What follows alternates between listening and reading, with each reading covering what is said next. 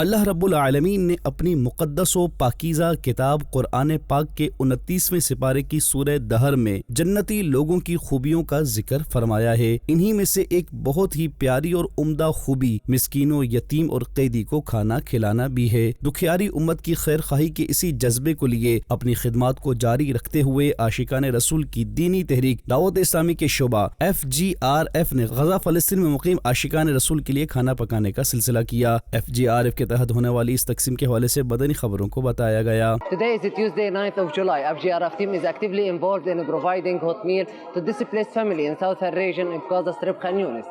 These families have to fight every day to secure food and water. It is through your support that we have been able to feed thousands of individuals within this camp, hoping that we can reach more and more of needed people by your continuous and generous support. May Allah accept your donation and reward you for standing by your brother and sister in Gaza. वजज़ाकुम अल्लाह अल्फ खैर। खाना पकाने के बाद इसे गजा फ़लस्तीन में मुकीम आशिकान रसूल के दरमियान तकसीम करने का सिलसिला भी हुआ। मदनी चैनल के नाजरीन, आप भी दावत इस्लामी के तहत होने वाले दीनी कामों समेत फलाही खिदमात में हिस्सा लेते रहिए और इसकी बदौलत अजर व सवाब के हकदार बनिए। वाज़ेह रहे कि आपके चंदे यानी डोनेशन को किसी भी जायज़ फलाही, खैर खाही और भलाई के काम में खर्च किया जा सकता है।